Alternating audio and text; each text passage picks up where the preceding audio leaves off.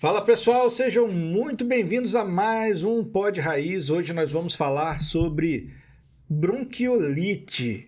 Eu sou Leonardo Goltara, sou coordenador da residência em medicina de emergência aqui na Multivix. Comigo sempre ela, a primeira, única, nossa loura maravilhosa, casadíssima, Agora, voltou da lua de mel. Doutora Luísa Brown, bem-vinda, Lu. Fala, Léo, obrigada, vamos embora. Vamos embora, lua de mel foi boa? Graças a Deus, renovada agora, renovando as energias. Amém. E hoje nós vamos falar sobre bronquiolite. Por que é importante falar sobre bronquiolite? Por que a gente escolheu esse tema? A ideia é justamente que medicina de emergência não vai falar só de emergências clínicas. Esse conceito já ficou no passado, né, Lu? A gente fala sobre qualquer emergência, em qualquer faixa etária, em qualquer situação. O famoso anyone, anytime, anything. Exatamente. E para ajudar a gente nesse papo hoje, eu tenho um prazer inenarrável de trazer ela, que é minha colega de turma, de graduação, minha dupla de internato. Olha. E hoje, minha amiga, hoje intensivista pediátrica, a doutora Gisele Venturini. Beiji, bem-vinda, que saudade. Obrigada, verdade. Dividindo mais uma vez uma dupla. Mais uma vez uma dupla. Cara, obrigada, Léo. Muita história, né? A gente, saudade disso tudo. Meu Deus do céu. Mas o episódio não é sobre nossas saudades. O episódio hoje é sobre bronquiolite. Então, assim, bem comum, nós estamos gravando agora no começo do inverno e é uma época da bronquiolite, né? Mas tem muita gente que ainda confunde bronquiolite com infecção de via aérea superior. Por que a gente fala de bronquiolite em criança, não fala em adulto? Gi, conta aqui, o que é bronquiolite? Bronquiolite é a doença mais prevalente no pronto-socorro nessa época do ano. É isso que você falou. Sem outono, sem inverno, sem sazonalidade, praticamente não tem bronquiolite. Bronquiolite é uma doença respiratória muito comum que acomete principalmente bebês, caracterizada pelo acometimento da via aérea pequena, causado na grande maioria das vezes por um vírus. E quando a gente tem a oportunidade de pesquisar esse vírus causador, na grande maioria das vezes é o vírus essencial respiratório, que está associado com o quadro de bronquiolite.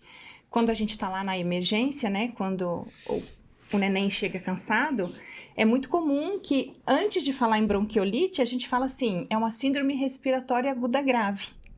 É um neném cansado, é um neném desconfortável. E quando a gente tem a oportunidade de tentar elucidar qual é o agente causador daquele desconforto respiratório, o mais comum é o vírus essencial respiratório.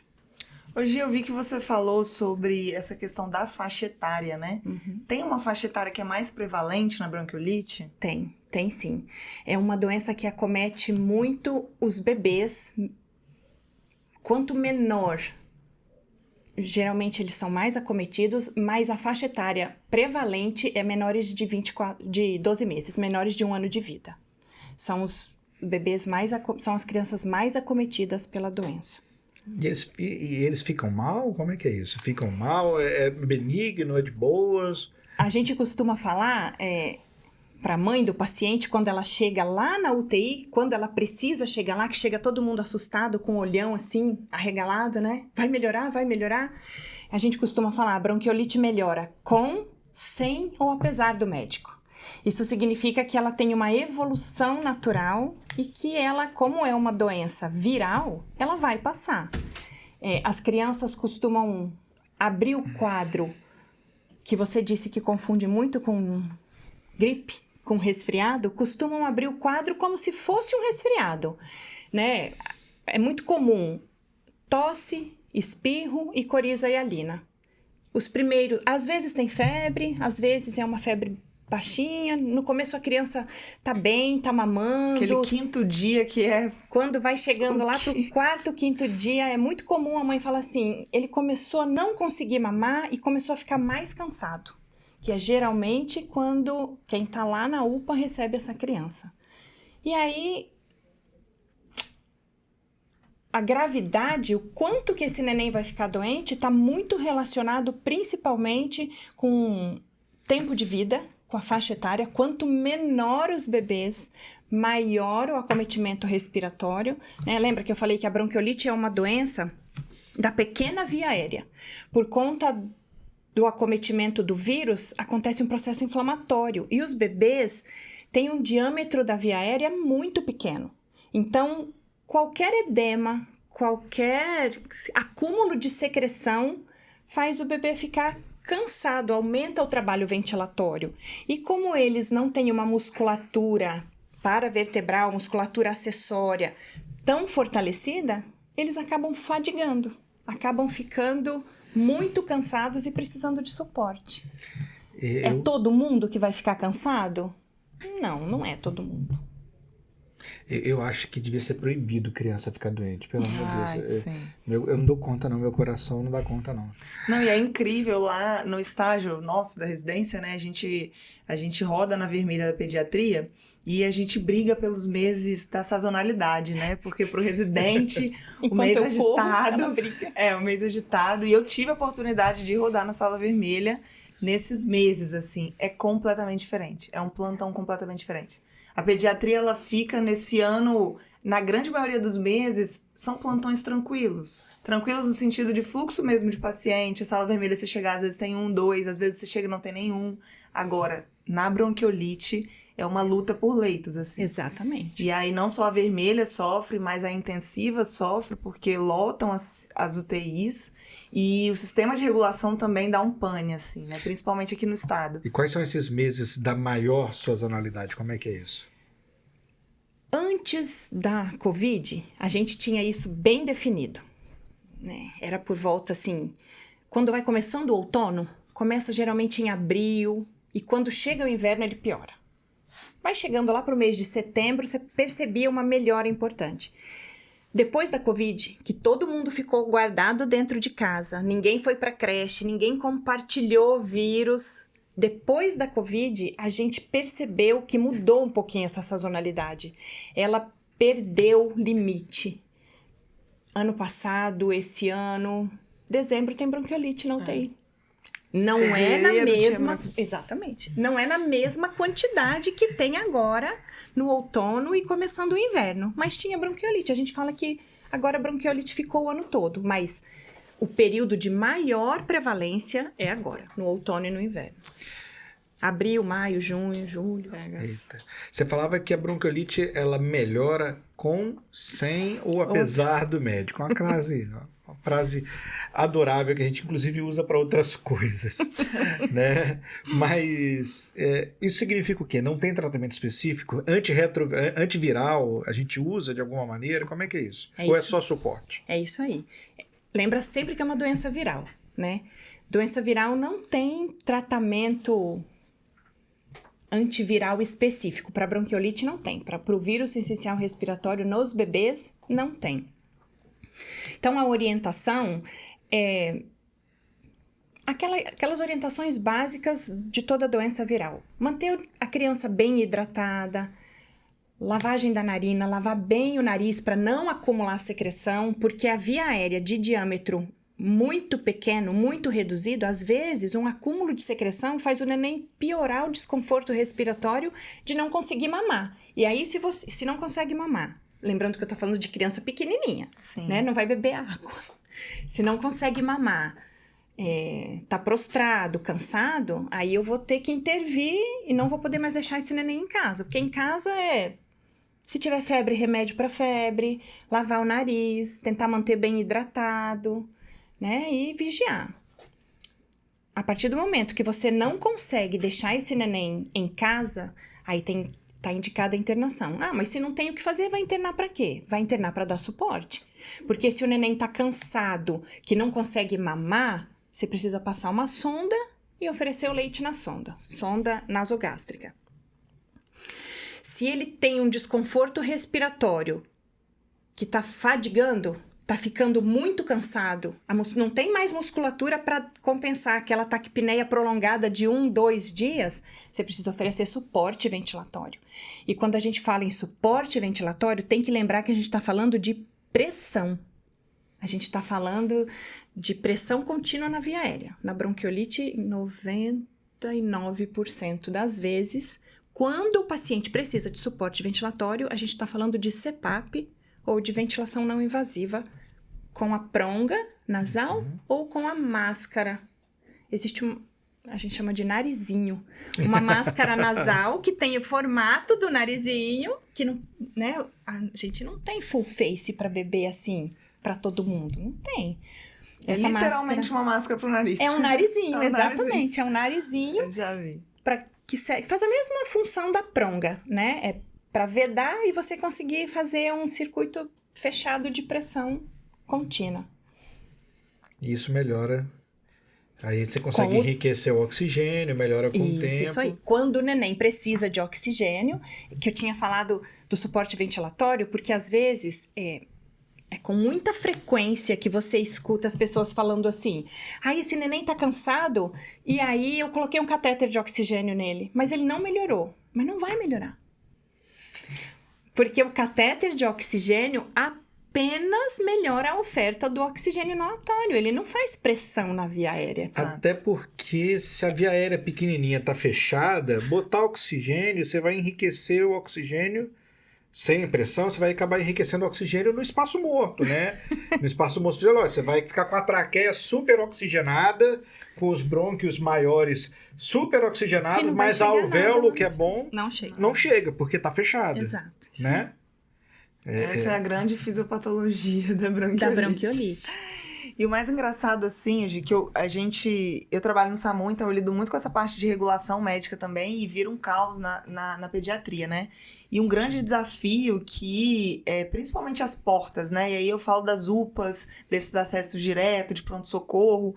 É um desafio, primeiro, porque essa margem, eu falo que a pediatria e a emergência pediátrica, elas às vezes não casam muito bem, assim, né? Muitas pediatras que eu conheço são mais perfil ambulatorial, não gostam de emergência, e o emergencista meio que um calo é a pediatria. Então, a emergência pediátrica, ela fica naquele desespero, até mesmo para as pediatras. Então, em alguns locais em que tem pediatras que trabalham, outros que não são pediatras, mas que trabalham na pediatria, sofrem com esses problemas, que é: o paciente chega com esforço respiratório, né? Muitas vezes ele tem esforço, mas ele não desatura. Né? Ele tá saturando bem, e aí ele fica com aquela fadiga e vai gemendo igual um gatinho, vai gemendo igual um degringolando. E aí, um grande embate que a gente tem é: esse paciente sibila. Ele chega sibilando no seu pronto-socorro. É um bebê que chega sibilando, esforço respiratório, mas não tá desaturando. Broncodilatador. A gente usa, a gente não usa, a gente faz teste terapêutico, funciona, não funciona, se funciona, funciona para quem? Porque é muito julgado, assim, quem faz é muito julgado, mas ao mesmo tempo você fica refém do que não tem o que fazer, né? Exato.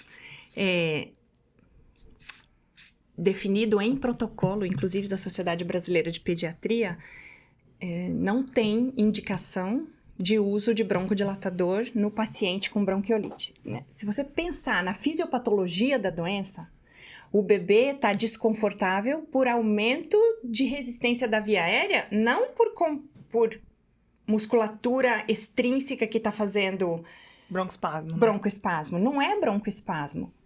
Você tem uma luz de lúmen reduzido, aonde deveria passar um fluxo de ar num calibre de 2 milímetros e está tentando passar o mesmo fluxo de ar num calibre de 0,6. Então você vai ouvir o sibilo, porque o sibilo, as mães costumam falar isso. Porque ele tá chiando, eu levei porque ele tá chiando. Parece que chiar é ter uma doença. Na verdade, o sibilo não é uma doença.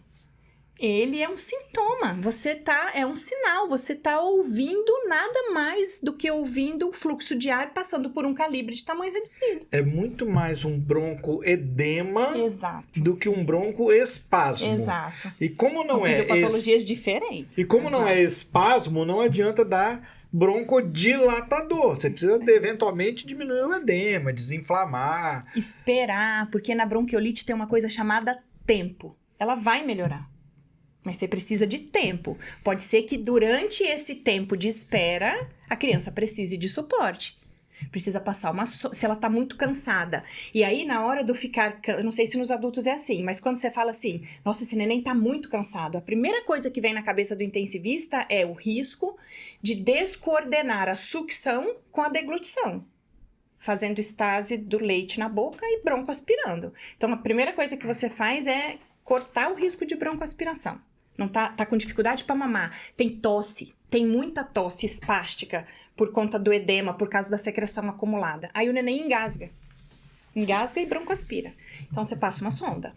Se o neném precisa ficar internado e ele tá desconfortável, dieta leite na sonda. Tá muito desconfortável, vai fadigar, suporte ventilatório. Coloca um oxímetro, desatura, porque pode desaturar. E na bronquiolite a saturação é 90%. A oferta de O2. Vamos lá. Broncodilatador, não. A gente já falou sobre antiviral, não tem. No neném, não. Critérios de internação. Incapacidade de manter em casa porque está comendo, porque está muito prostrado, ou vai fazer fadiga o pico respiratória, da doença, né? Fadiga respiratória. Isso. Os muito pequenininhos fadigam mais rápido porque eles têm menos musculatura do que os maiores. Suporte, hidratação, lavagem de narina, lavagem da via aérea, CPAP, oxigenoterapia. Corticoide, a gente faz? Também não. É o mesmo raciocínio, eu acho, que do broncoespasmo, exatamente, né? exatamente. Não é broncoespasmo. Não é broncoespasmo, é isso mesmo. Não tem indicação de uso de corticoide na bronquiolite. Nem tudo que reluz é ouro, nem tudo que balança cai, nem tudo que chia é broncoespasmo. A gente tem a dita asma cardíaca, né? Aquele Exato. edema agudo que pode sibilar no adulto, que é relativamente comum. Criança, a gente tem esse edema do brônquio, da bronquiolite, que também vai chiar, mas que não é um espasmo de musculatura peribrônquica ali, dos bronquíolos terminais. Então não faz sentido nem broncodilatador, nem broncoespasmo. Acho isso é importante a gente... Bem, nem broncodilatador, nem corticoide. Eu acho isso importante para deixar claro para quem está ouvindo a gente, porque a ideia é justamente auxiliar isso no dia a dia. Como é que a gente diferencia uma bronquiolite de uma crise de asma, Gi? Tem isso? Bebezinho tem asma, assim ataca a crise de asma? Como é que é isso? Asma é uma doença que a gente faz diagnóstico tardio, digamos assim, né? A gente não deve dizer que uma criança tem asma antes dos 2 anos de idade. Antes disso, a pediatria tem outro nome para isso. Ela pode ter alteração da resposta inflamatória, ela pode ter monócito ativado, ela pode chiar. O famoso ela lactente pode... sibilante, né? Isso, é isso aí. É o famoso lactente Sibilante. sibilante, isso aí. É porque, Léo, Léo fica mais longe da pediatria. Não e é, a gente não é o meu. Não é o meu. A gente... O dia Não que é o meu dia a dia. conhecer, ele nunca mais vai querer Sabe qual é sair. a vantagem da pediatria? Que eu aprendi a amar a pediatria por causa disso. Todo mundo fala, a criança não deveria ficar doente, como você aguenta ver as crianças, e muitas evoluindo para intubação, estão lá no CPAP, não podem mamar e tal.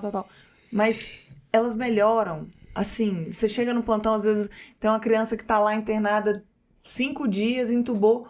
Quando você volta no plantão seguinte, ela tá brincando no leito, estubou, sem nenhum problema, porque é exatamente isso, assim. Eles têm um prazo, né? Essas infecções virais, ela tem um prazo. E enquanto a gente não consegue atingir esse prazo da melhora, a gente vai dando suporte, né? E aí, a gente estava comentando até sobre essa questão dos antivirais, Léo. A gente fala sempre do sincicial respiratório como o maior vilão e tudo, mas existem outros vírus e realmente existe tratamento para esses vírus especificamente? Não, existem outros vírus. Quando a gente vai checar resultado quando o paciente tem a oportunidade de coletar o SUAB para procurar o vírus, que faz o painel viral, às vezes aparece um adenovírus, um rinovírus, um metapneumovírus, mas o grande volume é o vírus sincicial respiratório. E como eu falei para vocês a respeito da faixa etária, quanto menor a criança, a chance dela ter uma doença com evolução pior é maior. quando a gente pensa nisso, não existe vacina. Não dá para fazer remédio para o neném. Vamos dar esse remédio que ele vai melhorar, né? Não tem. Mas, ano passado, a Anvisa autorizou... Teve um laboratório que deu entrada com pedido de autorização de uma vacina para imunizar a gestante. E essa vacina, ela é uma dose só. No segundo ou no terceiro trimestre, a gestante pode fazer, e tem mais ou menos uns 6 meses de quantidade de anticorpos bons que conseguem passar via placenta, anticorpos maternos que passam via placenta para o bebê. Então, ele estaria protegido esses primeiros 6 meses de vida, que é onde ele é mais exposto, que é quando né? o sistema imunológico do bebê ainda não está formado e ainda não está funcionando direito. Fantástico. Eu que sou emergencista, sim, intensivista de adulto, sim, e geriatra, na verdade eu estou no outro oposto, né, da pediatria. Mas tem uma autorizada para os pacientes com mais de 60 anos. Tem 2 autorizadas. Um para os pacientes com mais de 60 anos, exclusiva para eles, que não pode fazer na gestante, e de um outro laboratório que pode fazer Mas meus velhinhos não fazem bronquiolite, não. Eles fazem outros problemas. A bronquiolite não nos pertence. Mas, Gil, acho que a gente resumiu bem, assim, a definição, né, da bronquiolite, definimos, falamos da faixa etária, falamos do principal causador aí, né, o vírus sincicial como maior vilão. E para finalizar, eu queria te perguntar, então, qual você acha que é o maior desafio, assim, frente a um paciente com bronquiolite e o que a gente precisa estar atento? Acho que o grande desafio é decidir quem pode ir para casa e quem precisa ficar internado. Acho que é o grande desafio. Qual é o pulo do gato para decidir? Me conta, como é que você faz? Você joga o dadinho assim e vai juntando as informações. E aí essas informações começam, às vezes, antes do neném nascer. Primeira coisa que você vai ter que perguntar para a mãe: o seu neném foi prematuro? Qual a idade dele? Se você estiver na frente de um bebê de menos de 30 dias de vida e ele estiver no 3º para o 4º dia de doença, e você conversou 10 minutos com a mãe, e você percebeu que ela tem dificuldade de entender o que você está falando, às vezes é mais prudente deixar esse neném em observação. Muita vida, em pediatria, em emergência, em intensiva, em geriatria. Muita vida já foi salva nesse mundo por causa de uma pulga atrás da orelha de um médico que falou assim: não tá cheirando bem, isso não tá legal. É um feeling que demora um pouco a gente desenvolver, mas você que está nos ouvindo pode acreditar, ele vai chegar para você também. E quando essa pulga grilar atrás da sua orelha, quando ela se plantar ali... Escuta, porque salva muita vida. O paciente que não cheira bem, não está cheirando bem, tem algo esquisito, investiga, se for o caso interno, não libera ele não. Isso acho que é uma excelente dica para bebê, para adulto, para idoso, para todo mundo. Tive um professor da terapia intensiva que falava assim: você não é obrigado a saber o que o seu doente tem na hora que ele chega. Se você não sabe e você ficou preocupado, deixa ele lá e fica perto dele. Fica observando. É isso aí. É isso. Gi, obrigado. Obrigado por estar aqui com a gente. Poder falar sobre isso para um monte de gente que vai atender bebê na UPA, que não precisa entubar todo mundo e que alguns conseguem ir para casa, outros não. Obrigado. A gente se vê no próximo episódio, então, né, Lu? Até a próxima, né, gente? Foi uma grande honra estar aí dividindo a mesa com vocês. Quem quiser mandar recado, tapete voador, pombo correio, sinal de fumaça, aproveita e-mail, pediatra sugestões, aqui, gente. @doutora Luísa Brown, que ainda é doutora Luísa Brown. Isso. Não trocou o nick, apesar de recém-casada. Gi, você tem algum contato que quer deixar para alguém? Ou a gente manda pela Emergência Raiz? Manda no Emergência Raiz. A Gi ela é contida, discreta. Então, quiser mandar a pergunta para Gisele, minha colega, minha amiga de turma, ou pra gente, @Emergência Raiz, pode mandar. A gente está em todas as redes sociais. Vai ser um prazer ter vocês lá. Um beijo. Tchau, gente. Um beijo.